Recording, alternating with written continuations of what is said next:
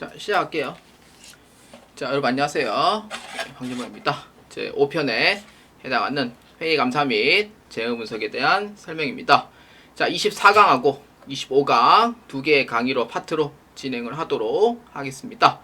자, 회의 감사는 이제 문제에서 34번 문제, 즉 35번 쪽에 해당하는 두 문제 정도 출제가 되고 있는 상황입니다. 36번부터 40번까지는 재무분석 파트에서 출제가 되고 있는 상황입니다. 대략 한 3, 4문제 정도 출제가 되고 있고요. 회의감사인 경우에는 2문제 정도 출제를 하고 있습니다. 자, 우리는 이제 첫 번째 이제 회의감사에 대해서 한번 설명해 보도록 하겠습니다. 자, 회의관리 2급에서만 출제되는 문제이고요. 한두 문제 출제가 되고 있습니다. 그러니까 문제 분포가 34번에서 35번 정도 보아주시면 되겠고요. 그러면은 우리 문제가 33번까지는 결산 파트가 된다라는 의미가 됩니다. 그래서 회의감사는 첫 번째 줄에 줄 그어주시면 돼요. 외부 감사에 의하여 적정하게 재무제표를 작성했는지에 대한 평가이고요. 일정 규모 이상 회의감사를 하도록 되어 있습니다. 자, 두 번째 줄에 자 보면은 감사받은 재무제표는 신뢰성을 더 올릴 수 있는 기회가 되고요. 그러니까 회의감사에 대한 보는 사이트 및 종류에 대해서 알아보도록 하겠습니다. 이게 예전에 이제 2024년도 문제에서 출제가 되었고요. 지금도 이 문제가 출제가 되고 있는 상황입니다. 그래서 이제 회의감사에 대한 사이트는 이 사이트명으로 해서 보아주시면 되겠고요. 이게 이제 뭐 외부 감사에 해당하는 이게 내용이 되는 거예요. 그래서 DAIT라고 검색해도 나오고요. 그래서 한번 이용해 보시는 것도 좋아요. 자, 그래서 이제 회사를 이제 찾을 때는 이제 이렇게 해서 찾으시면 되는 부분이고요. 그래서 검색하면은 상장 회사인 경우라든지 아니면은 비상장인데 이제 여기에서 우리가 그 감사법인 경우에는 이렇게 다 나옵니다. 자, 그래서 이제 전자 공시 시스템을 통해서 자, 우리는 이 감사보고서라는 게 있어요. 이 감사보고서라는 거를 이렇게 이제 보시면 되겠고요. 그 내용들은 이제 이렇게 해서 보아주시면 돼요. 그래서 이제 감사보고서는 이렇게 돼 있는 부분이죠. 그래서 이렇게 돼 있는 감사보고서고, 그리고 이제 독립된 감사 의견에 대한 보고서. 근데 여기서 이제 보고서 자체가 이제 여기서 이제 시험 문제가 나오는 거예요. 자, 보면은 여기서 이제 읽어볼게요. 우리의 의견으로는 별첨된 회사의 재무제표는 회사의 2023년도 11월 31일과 그 다음에 2022년도 12월 31일 현재 재무 상태와 동일로 종료되는 양 보고기간의 재무 성과 및 현금 흐름표를 일반 기업에게 기준에 따라 중요성 관점에서 공정하게 표시하고 있다고 되어 있습니다. 그 뜻은 뭐예요? 중요한 관점에서 공정하게 표시하고 있다는 것은 적정 의견이라는 의미가 돼요. 이게 의견이 4가지가 있는데 이 의견에 대해서 문제가 출제가 되는 거예요. 그래서 이렇게 해서 독립된 감사 보고서가 이제 제일 앞에 줄에 있으면은 그 다음부터 이제 재무제표가 있는 거고 마지막에 주석까지 되어 있다라고 보시면 됩니다. 자, 그래서 이 감사 의견은 총 4가지로 분류가 돼 있어요. 어떤 거냐? 적정 의견, 그 다음에 한정 의견, 그 다음에 부적정 의견, 의견 거절, 다시 할게요. 부적정 의견, 의견 거절 4가지로 보고 있습니다. 그래서 이렇게 이제 대한 설명이 되겠고요. 그래서 이제 감사 의견에 대한 종류는 4가지 이렇게 보는데 여러분들의 핵심 키워드가 정말로 중요해요.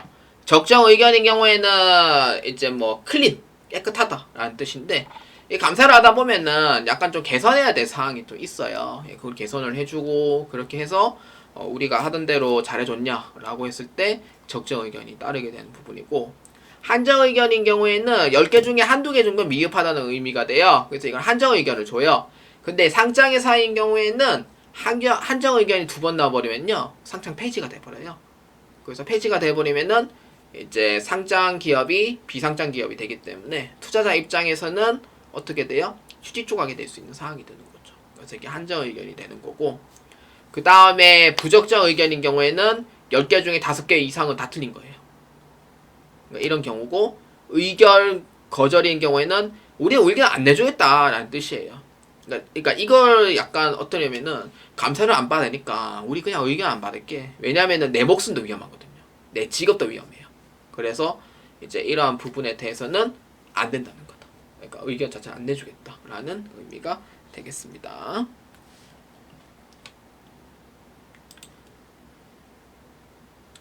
자, 그래서 우리는 이 네 가지에 대한 부분에서 이제 볼 수 있어요. 어떻게? 자, 앞에 내용은 거의 똑같은데 적정 의견인 경우에는 이렇게 돼요. 어떻게? 요 부분이 키워드가 되는 거예요. 다 읽어보면 일반 기업 회계 기준에 따라 중요한 관점에서 표시하고 있습니다. 이렇게 보는 거고, 그 다음에 이제 두 번째는 여기가 이제 한정 의견이 되는 부분이에요. 재무제표는 한정 의견 금등원 문단에 기술된 사항이 미치는 영향을 제외하고는 이라고 되어 있는데, 한정 의견이라고 이렇게 대놓고 나오지는 않고요.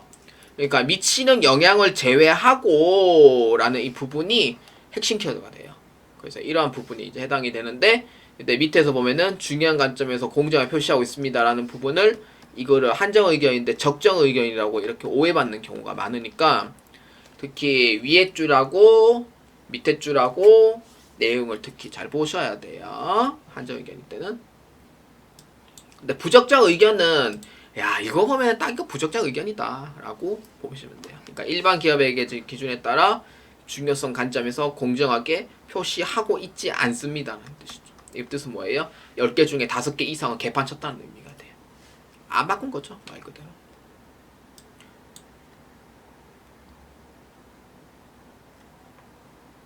자, 그 다음에 이제 보면은 우리는 이제 의견 거절이 있는데, 의견 거절을 이제 보면은 감사 증거를 입증할 수가 없습니다. 이 뜻은 뭐냐면은, 그러니까 의견을 안 내주겠다는 뜻이죠. 우리는 의견 못 내겠다는 뜻이에요. 그래서 이제 의견을 표명하지 않습니다라는 부분이 키워드가 되는 거예요. 그래서 이러한 경우에 이제 한정 의견 나오면은 2번 나오면 상품 폐지가 됩니다. 근데 부적정 의견하고 의견 거절은 이거는 뭐 말할 필요도 없어요. 이거는 그냥 폐지예요. 그냥. 그래서 이렇게 된다라고 보시면 돼요. 그래서 이렇게 해서 의견에 대한 부분을 한 문제 출제가 되겠습니다. 그 중에 이제 올바른 거, 옳지 않은 거 찾으시면 되겠고요. 한두 문제는 출제가 될 거예요. 자, 그 다음에 이제 외부 감사에 대한 조건인데, 외부 감사에 대한 조건은 다음과 같습니다. 이거는 문제 안 나오니까 그냥 읽어만 보시면 되는데, 이제 외부 감사 조건이 첫 번째는 자산 총액이 500원 이상이 있는 회사고요. 그 다음에 직전 사업연도 매출액이 500억 원이 넘는 회사고, 그 다음에 2가지 이상이 해당하는 회사인데, 어떤 거? 자산 총액이 120억 원 이상이라든지 부채가 70억 원 이상, 직전에서 매출액이 100원 넘거나 종업원 수가 100명 이상이고. 그러니까 이 경우에는 조건이 만약에 충족이 되면은 의무적으로 외부 감사를 받도록 돼 있고요. 근데 외부 감사 대상이 아닌데도 외부 감사를 원하면은 그것도 가능은 합니다. 그래서 이렇게 해서 보아주시면 되겠습니다. 그래서 회계관리 2급에서 가장 중요한 내용은 이 감사에 대한 의견입니다. 이 의견을 꼭 잘 보아주시길 바라고요. 자, 그 다음 강의 마지막 강의가 되겠습니다. 여러분들 회계 분석 및 주당 이익에 대해서 한번 보도록 하겠습니다. 자, 문제는 36번에서 40번에 대한 문제이고요. 여러분들께서 꼭 많은 도움이 되시길 바랍니다. 여러분들 감사합니다.